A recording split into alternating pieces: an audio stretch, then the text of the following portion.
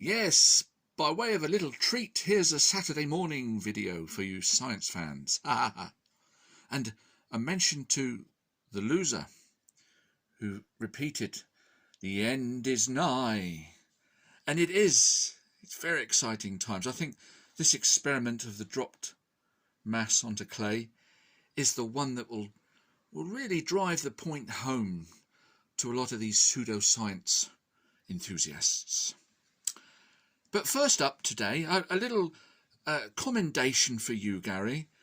You'll go to the top of the class today. In yesterday's video, of course, I was suspending the weights before dropping under the mark, and of course that would have given the wrong distance multiplier. I was just waiting to see if anybody noticed this, and I'm surprised it was you, Gary, so top marks for that, top of the class. Anyway, I do intend to do the experiment again, and we're going to do it much better. But I must talk now. Michael, lovely comment on the last video I made. I'm going to pin that and put that to the top about the numbers, and it's worth some explanation about what we would expect from the numbers. I think, Gary, although you're top of the class at the moment, you did sort of drop down to the bottom because you misunderstood the numbers. We're going to try and clarify this point a little bit. Anyway, I don't want to take away from your success of noticing my little deliberate faux pas. Yes. Now, say here, these marks are the marks I've marked on the tube. They'll be the 4 distances. And I suspended the weight underneath the first distance here and underneath the top distance. But just to simplify, say this first distance here, let's divide it into 4 a minute. It doesn't correspond to any real world measurements, but it's just to make a point. This would be halfway, this would be 3/4, and this would be 1/4. Now the bottom of the weight is to the ground. It's the distance we're interested in, isn't it? This is the height that it will fall before it hits our plasticine carrot here, marked in C, to do its work compressing the carrot. Now if we count up from the floor, or the top of the carrot, we have 1, 2, 3. Now that's one. That would be the first distance we drop. Now the second distance would be double that. So let's count. 1, 2, 3. And here would be the weight in position, but we can see it's not double the distance, because this is 1, 2, 3, 4, 5, 6. So this bottom of this weight is now 6 units of distance off the ground, where it was only 3 before. So it has in fact quite correctly doubled its distance. 1, 2, 3, 1, 2, 3, 1, 2, 3, 1, 2, 3. Now this would be the 4 times the distance. Ignore what I just said. I think I got that all wrong. This goes straight from 1 height to 4 heights. So 1, 2, 3, 4, 5, 6, 7, 8, 9, 10, 11, 12. That now is 4 times the height. But it's not 4 times the distance here, is it? Because 4 3s would be 12. 1, 2, 3, 4, 5, 6, 7, 8, 9, 10. Oh, it is 4 times the height. Oh, what am I getting wrong then? Oh, I've confused myself now. I thought this was all wrong, this business. There was something about it that was correct, what you were saying, Gary. And I've given you the top mark, haven't I? But I can't quite understand it myself now.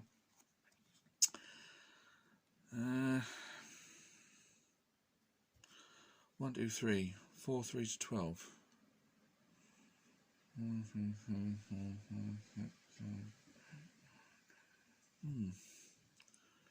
I can't see what is wrong with it, actually. Oh yes, of course, yes, yeah. Oh, of course, forgive me, yes. Oh, I actually had the weight suspended up here, didn't I? That's right, and it was getting too much velocity there. Yeah, this is where it should be much lower if we were doing this. So that's quite right, yes, forgive me for that. So in the next experiment, I do intend to put the masses on top of the line, and then each increment until finally the half mass at double velocity will be right up here on top of this line. And that would be quite right. Yes, I'm going to do that. I'll have to remark these lines. Well done, Gary. You're still top of the class there for the moment, with bad times coming. But anyway, brush over that. And the other little thing you didn't notice, Gary, was this is only a small matter. I intend to improve it. We had two masses stuck together, but the centre of mass would have been the centre line. When we had the one mass, imagine one of these at the top, we've lost the centre line of the mass, has dropped down slightly, so we're losing some height. So I intend to use a two mass with the same kind of similar thickness to the one mass, and that should get over the problem of the centre of mass. They'll be roughly equal in both equations, in both examples. I don't know if you followed that, but anyway, that was to your advantage actually, which I think mitigated the height issue. What can we expect from the numbers? Well, this is the tricky part. Oh, you focus, you damn fool. Sorry about this. Say this is our carrot.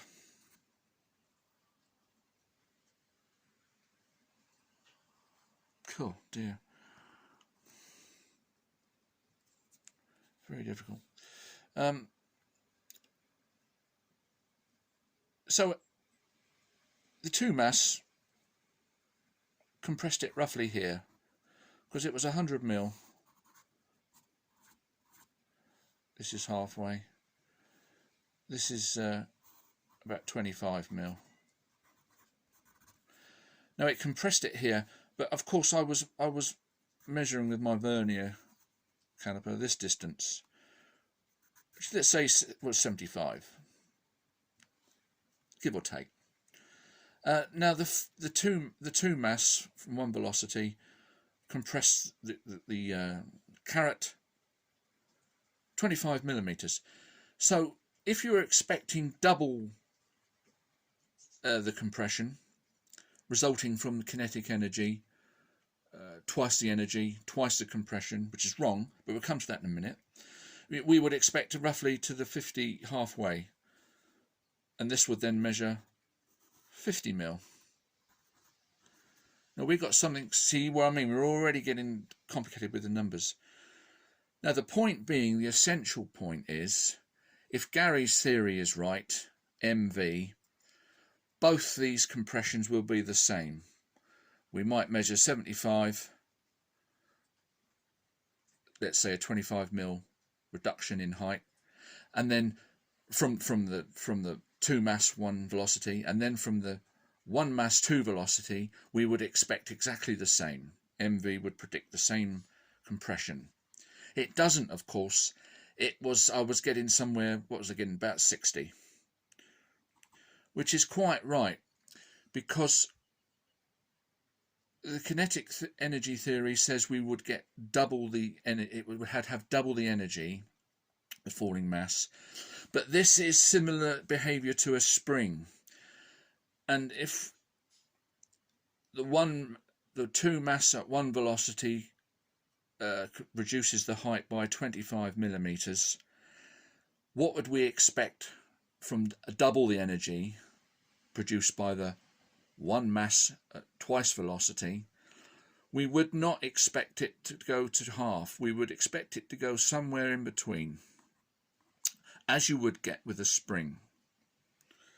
And I think my numbers were actually quite close, but we'll leave that for the mathematicians to explain how the numbers work out better. But I just wanted to point out that we're not expecting, if this is the first drop, the second drop, KE drop, is not going to be double the compression. No. because as this compresses, it requires more and more work to go to compress it, just as a spring. So we're looking at sort of 1.4, I guess, something in between the two. And that rules out the MV, because the MV would get the same every time. And I think Michael explained it quite well, so I'm going to pin his comment on the last thing. So there we go. So I intend to do this drop again with the weights in a better position and see what we get. The washer business, I'm going to have to make... The washer that went underneath the weight was to, in respect of a smooth surface to hit the plasticine, and so it would, you know, would peel off and one thing and another. So I'm going to have to, if I've got one washer here, I'm going to have whatever washers I've got on the one mass, I'm going to have, oh, I've got to think about this. Yeah, I've got a half of it anyway. I'll show you. I'm going to half the weight of the washers on one to the other to make it quite equidistant, as Gary pointed out before. That's all right. That's going to be in hand. That was the purpose of the washer, is a smooth surface to come in contact with the top of the carrot. Well, okie dokie. I don't know when I'll be able to get to this, but we'll do it soon. And the end is nigh. So everyone should be looking forward to this. See you in the next one. Bye for now.